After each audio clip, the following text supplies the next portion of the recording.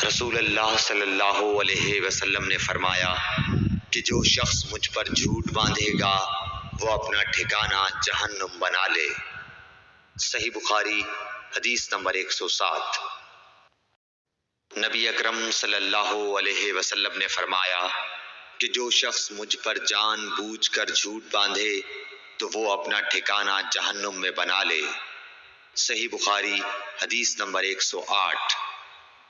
رسول اللہ صلی اللہ علیہ وسلم نے فرمایا کہ جو شخص میرے نام سے وہ بات بیان کرے جو میں نے نہیں کہی تو وہ اپنا ٹھکانہ جہنم میں بنا لے۔ صحیح بخاری حدیث نمبر 109۔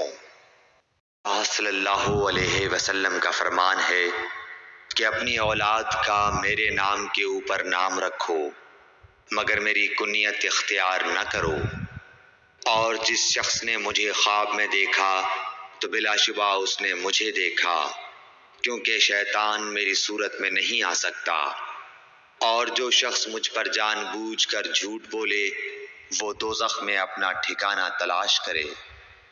صحیح بخاری حدیث نمبر 110۔